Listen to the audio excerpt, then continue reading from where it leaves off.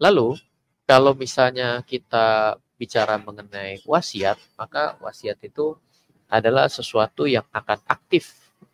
Isi wasiatnya adalah ketika orang itu meninggal, gitu ya. Nah, kalau bicara mengenai warisan, bisa menjadi common antara warisan masih hidup dibagi warisan dan sudah mati dibagi warisan. Nah, kalau misalnya meninggal dunia, ya warisan akan mengikuti dalam hukum yang ada di Indonesia, gitu ya. Jadi poin-poin ini adalah sesuatu yang menarik di sekitar saya. Sudah banyak kejadian-kejadian yang mungkin saya bisa sharingkan seperti itu ya. Terutama mengenai wasiat agak jarang kita berbicara, tapi berbicara warisan itu paling gampangnya bila tidak mau menulis wasiat. Paling gampangnya adalah aset yang dimiliki harus kita inventarisasi dan harus diketahui bukan hanya diri sendiri, tapi mungkin pasangan, ya.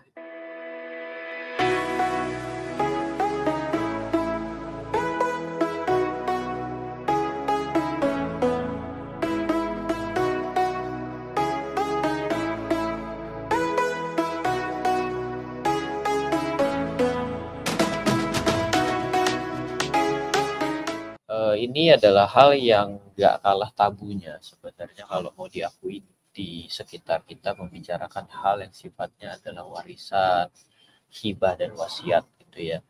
Kalau berbicara mengenai pertama wasiat, nah, biasanya kita punya keyakinan gitu secara tidak langsung menulis surat wasiat itu seperti menulis kalau kita ini sebentar lagi mau mati.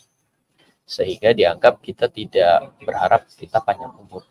Ini terjadi di sekitar saya, sehingga warisan ini bukan sesuatu, wasiat ini bukan sesuatu yang akan sering dipikirkan oleh orang di sekitar saya lah. Saya tidak tahu kalau di sekitar bapak dan ibu sekalian gitu ya. Lalu ketika kita berbicara mengenai warisan, ketika kita berbicara pada aspek warisan itu juga sama. Ketika kita berbicara mengenai warisan, maka kadang-kadang ada pemikiran bagi beberapa orang bahwa membicarakan warisan itu artinya juga menjadi pesan kematian. Yang kedua juga jadi pesan bahwa kita itu serakah dan mikirin warisan yang akan kita terima. Padahal banyak kejadian justru warisan itu jadi bahan berantem. Ya, jadi bahan berantem itu karena merasa ada ketidakrelaan. Meskipun padahal prinsip warisan itu sudah ada aturannya ya. Bagaimana warisan itu harusnya bisa dibagikan kepada orang-orang yang misalnya meninggal, saya meninggal, maka kan saya memiliki keluarga, anak dan istri. Nah, itu sebenarnya sudah ada aturannya dengan jelas. Nah, lalu juga ketika kita berbicara terkait dengan warisan yang ada serta wasiat seperti itu ya, maka di dalam kehidupan sehari-hari kita itu justru malah menjadi biang keributan ya. Kenapa menjadi biang keributan? Ada unsur ketidakrelaan ya, ada yang merasa bahwa harusnya saya mendapatkan lebih banyak, saya harusnya mendapat lebih sedikit, dan yang lebih kerennya lagi adalah banyak juga uang yang ada di tabungan-tabungan yang ada di Indonesia itu uang dorman. Dorman itu artinya tidak bergerak tapi selalu ada dan semakin membesar di tabungan-tabungan yang ada di Bank Indonesia, yang ada di perbankan Indonesia. Itu ribuan triliun, termasuk deposito yang jelas secara siapa yang punya gitu. Nah, pasti salah satunya itu diakibatkan karena adanya warisan yang adanya harta yang dimiliki seseorang tapi tidak diketahui anaknya atau istrinya ataupun suaminya ataupun anaknya, dan dia mati meninggal dunia. Akhirnya jadi quote unquote tidak bertuan. Tidak bertuan ini selalu menjadi masalah. Satu, bank paling takut kalau ada uang nganggur besar pula tapi tidak pernah beraktivitas, terus stay terus menerus, itu kan akan tetap menjadi maintenance bagi si bank. Ya, yang paling khawatirkan tiba-tiba ditarik dalam waktu singkat ditarik. Berarti kan itu akan menjadi ras secara tidak langsung kalau ternyata nilainya besar. Jadi banyak impact sebenarnya ketika kita tidak mau membicarakan sesuatu, maka itu akan menjadi masalah. Lalu, kalau misalnya kita bicara mengenai wasiat, maka wasiat itu adalah sesuatu yang akan aktif. isi wasiatnya adalah ketika orang itu meninggal, gitu ya. Nah, kalau bicara mengenai warisan, bisa menjadi common antara warisan masih hidup dibagi warisan dan sudah mati dibagi warisan. Nah, kalau misalnya meninggal dunia, ya warisan akan mengikuti dalam hukum yang ada di Indonesia, gitu ya. Jadi poin-poin ini adalah sesuatu yang menarik di sekitar saya. Sudah banyak kejadian-kejadian yang mungkin saya bisa sharingkan seperti itu ya. Terutama mengenai wasiat agak jarang kita berbicara, tapi berbicara warisan itu paling gampangnya bila tidak mau menulis wasiat. Paling gampangnya adalah aset yang dimiliki harus kita inventarisasi dan harus diketahui bukan hanya diri sendiri, tapi mungkin pasangan ya. Kembali lagi berbicara mengenai warisan, maka tidak menggunakan wasiat tapi melakukan inventarisasi. Inventarisasi saat itu adalah istri atau suami sama-sama mengetahui. Ya, apalagi yang sifatnya adalah asuransi. Ya, asuransi jiwa misalnya. Asuransi jiwa kalau tidak saling diketahui, nanti bila kalau asuransi jiwa saling diketahui nanti akan ada coba untuk dibunuh. Rusak ini. Kalau udah cara mikirnya begini ya hidup memang agak susah ya. Memang kalau hidup udah agak lain ya memang udah nggak pernah bisa normal gitu. Jadi ya tetap kita harus kasih tahu gitu ya. Karena kalau tidak akan sayang sekali.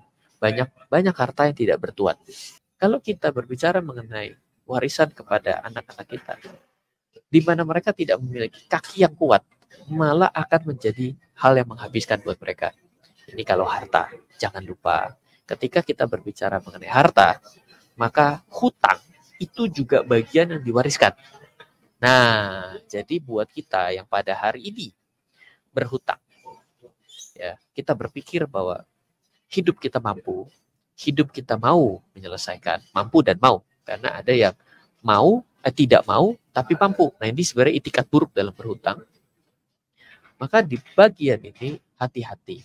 Karena kalau seseorang menerima hak warisnya, maka dia sepaket akan menerima hutang yang diwariskan. Nah, ini jadi sesuatu yang penting. Jangan pernah dilupakan. Kalau kita bicara hutang adalah kewajiban, namanya adalah debt, ya, obligation, ya. Ini adalah hal yang memberatkan. Secara otomatis maka kita hati-hati dalam berbicara mengenai warisan, karena warisan ini juga akan tidak bisa dipilah. Saya menerima hartanya, warisan hutang kamu kirim tuh ke adik saya, nggak bisa. Ya kan, ceritanya nih sudah meninggal dunia orang tuanya dua-duanya, berarti kan anak dua misalnya, berarti kan separuh-separuh, ya kan, separuhnya harta diambil buat si kakak, separuh hutang diambil sama si kakak, ya separuh hutang diambil sama si adik, separuh hutang diambil, harta diambil si adik. Loh, kalau gitu saya malas dong untuk terima yang namanya harta orang, hutangnya lebih gede, betul, warisan juga bisa ditolak. Jadi kalau kita melihat bahwa orang tua kita hutangnya lebih besar daripada hartanya, yang commonly speaking, sadly but truth ya kayak ngono ya di sekitar saya, Anda boleh tolak. Wasiat adalah pemberian sesuatu dari seseorang ketika dia masih hidup. Surat wasiat. Bagaimana menulis surat wasiat yang baik? Sebenarnya surat wasiat yang baik itu sesuatu yang ditulis ya kan. Ya saya akan menyerahkan ini kalau saya meninggal begini ya kan. Tapi kan tetap harus ada saksi. Ya harus bisa juga dititipkan, bisa menggunakan notaris juga, akte ya kan, diaktekan sehingga itu menjadi sah gitu. Dan tentunya dalam membuat harus ada disaksikan juga, harusnya best practice-nya bisa disaksikan oleh pasangan, bisa disaksikan oleh si anak sendiri gitu, karena bisa jadi di situ ada ketidaksukaan orang-orang ya. Saya kenapa dapatnya lebih kecil kan, saya kan sudah bekerja lebih banyak untuk papa saya. Wah, ini udah mulai seru gitu ya. Ya, makanya kita harus bisa memilah dengan baik ya. Kalau kita mau bikin aturan budaya dan adat tertentu, itu tidak tercapture secara hukum di negara kita. Misalnya kita harus pisahkan ya bahwa prinsip pada agama juga itu kan tidak bisa kita jadikan satu. Seperti tadi itu contoh studi kasus bahwa sah secara agama tapi tidak melakukan pencatatan sipil akan menyebabkan anaknya secara otomatis keluar jadi anak di luar nikah. Secara agama kan itu tidak karena sah gitu kan. Nah, itu sudah dispute sebenarnya kalau kita mau bicara ya dengan tidak kongruen di sini gitu. Tapi pada akhirnya kalau kita menggunakan hukum adat, ya berarti yang dilakukan bukan dengan konsep warisan, tapi berarti itu adalah wasiat atau hibah. Misal contoh, ada satu adat lah yang menyatakan bahwa kalau anak itu lahirnya adalah pria dan wanita, anak cewek dan cowok, maka yang cowok itu harus terima lebih banyak dibandingkan yang cewek. Nah, ini tidak tercapture secara hukum di negara kita. Ya, jadi secara otomatis bila memang maunya seperti itu dan tentukan hak sebagai orang yang mau mewariskan kan, yaitu berarti harus melakukan dengan wasiat atau dengan melakukan hibah. Oke, panggil anaknya dua-duanya. Oke, saya mau membagi warisan ya. Maka kamu akan menerima 75% dari aset saya, kamu akan terima 25%. Ayo kita selesaikan. Ya, diselesaikan sebelum berjalan. Sebelum berjalannya dia mati gitu kan ceritanya kan. Makanya ada yang namanya hukum waris itu kan adalah sistem hukum waris kalau tidak salah di Indonesia itu ada hukum waris Islam, hukum waris adat, dan hukum waris perdata. Kebetulan sempat juga ikut belajar mengenai hal itu gitu ya. Jadi kalau dari hukum waris perdata lah yang kita coba untuk highlight gitu, maka hukum waris perdata itu berdasarkan garis keturunan dan juga atas hubungan kekerabatan gitu ya. Jadi kalau garis keturunan kan sudah namanya garis keturunan, berarti kan bentuknya adalah vertikal gitu kan, atas bawah gitu kan. Nah, jadi kalau dalam pembagian harta warisan gitu ya, harta warisan itu dibagi secara rata, kecuali jika ada ketentuan-ketentuan lain ya yang dibuat gitu ya. Kalau tidak ada ya ketentuan lain, misalnya dengan adanya surat wasiat gitu kan. Terus bisa juga dengan ketentuan umum itu adalah ahli waris yang lebih dekat hubungannya dengan waris akan menerima bagian yang lebih besar. Ya kan? Itu juga bisa, misalnya istri gitu ya, istrinya masih hidup, itu juga menjadi salah satu yang dianggap sebagai bagian yang lebih besar karena ada kedekatan hubungan kepada si suami dibandingkan pada anak gitu kan.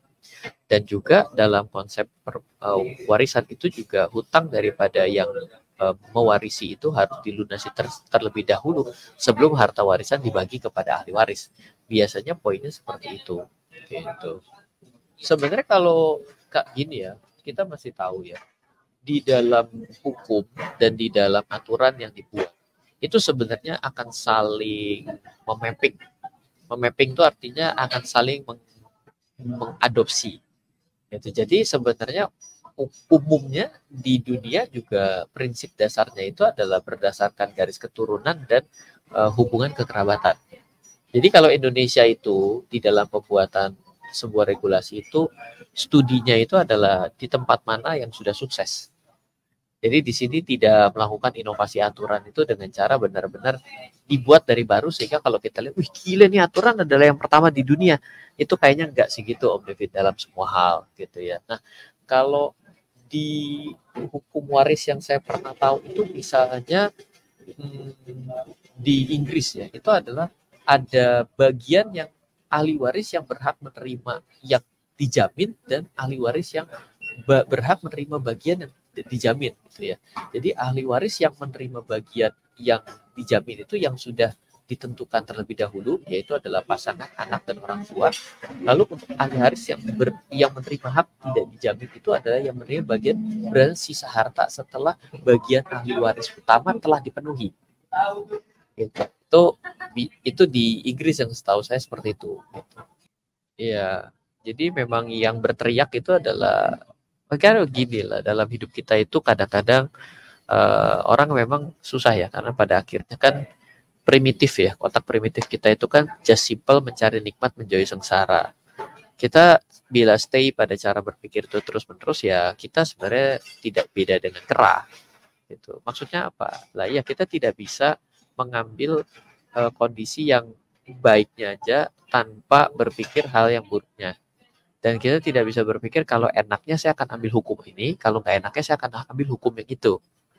Ya, jadi itu selalu terjadi di dalam aspek kehidupan kita. Makanya kalau kayak tadi berbicara kan ketika hibah telah dilakukan kepada si adik, di mana tidak ada sanggahan dari si kakak gitu kan. Artinya ini kan sudah satu poin yang disebut itikat dari si kakak baik gitu kan. Dan juga ternyata di dalam perjalanannya si adik itu telah menjual terlebih dahulu propertinya dan menerima uang lebih dulu, berarti kan ada time value ya kan? Ada time value of money di sana yang dia sudah terima lebih awal. Di mana uang yang diterima lebih awal kan memiliki tingkat kekuatan yang belum terpotong inflasi. Dalam misalnya dia sudah menjual 10 tahun lebih awal. Itu kan berarti uang yang lebih kuat diterima di awal kan. Nah, poin ini kan sebenarnya kalau secara harafiah kita bisa katakan bahwa si adik diuntungkan gitu. Tapi ketika kita berjalannya waktu dan ternyata benar-benar mau diserahkan warisan si hibah dari si kakak, si adik kan berhitung dengan cara yang berbeda. Dia berhitung ya kenapa kita nggak bagi dua aja, dua kita bagi dua. This is not fair gitu. Kenapa? Karena si adik itu menghitung seolah-olah bahwa propertinya dua-duanya belum dijual. Kita bagi dua. Bahkan kemarin kamu sudah nikmatin kan gitu kan. Nah, kenapa caranya berpikir little bit tricky? Iya, karena kita sengaja mencari yang nikmat buat kita dengan kesengsaraan yang kita selalu menjauhi kesengsaraan. Itu sebenarnya egois. Makanya dalam setiap aspek keuangan itu sebenarnya tidak boleh dengan mengedepankan egoisme. Seperti itu kira-kira. Karena kalau poinnya adalah warisan, poinnya adalah pajak, mungkin sesuatu yang cukup jauh ya perjalanannya gitu ya. Itu memang proses yang bukan sesuatu yang gampang, karena bisa jadi kita berpikir begini nih, alah orang saya itu juga hartanya dikit kok udah ngomongin warisan gitu. Tapi selalu saya katakan di awal, kita nyari warna hitam, kita kelihatan hitam. Begitu kita nyari silver, kita cari silver yang hitam kita nggak kelihatan loh. Makanya ketika kita mau menjadi besar, yang pertama kali dibesarin adalah cara berpikirnya. Maka kita jadi besar. Tapi kalau kita melakukan upaya yang banyak tanpa membesarkan cara berpikir, maka kita upaya banyak kita tuh sebenarnya banyak apa sih? Gitu. Kita banyak energi yang terbuang sia-sia. Coba yang gampang-gampang ya. Kalau yang paling umum itu kan di waris hukum Indonesia tuh kan katanya cukup punya 2 anak gitu ya. Berarti kan suami istri punya anak 2. Nah, kita jangan ngomong pria lebih terima lebih atau wanita terima lebih gitu. Kita tidak ngomong gitu. Maka kalau suami istri punya 2 anak dan ternyata suami meninggal, maka itu yang 50% jatuh pada istri dan juga yang anak-anaknya itu 50%-nya. Jadi secara otomatis ya bagi 2 gitu loh. Seperempat deh gitu. Kayak saya bilang kata kuncinya dalam hal apapun itu sebenarnya adalah memang komunikasi. Cuma ya kadang-kadang apa ya, komunikasi bukan suatu hal yang mudah dibicarakan tapi sulit ya karena terdiri dari banyak kepala gitu. Itu sulitnya, apalagi ketika kita punya karakter-karakter tertentu ya. Sehingga kita mungkin introvert ya, itu sulit kali kan untuk kita punya 2 obstacle untuk berkomunikasi. Satu, masalahnya pelik, susah dikomunikasikan. Yang kedua, memang gua nggak suka cerita. Waduh, silakan 200 tuh.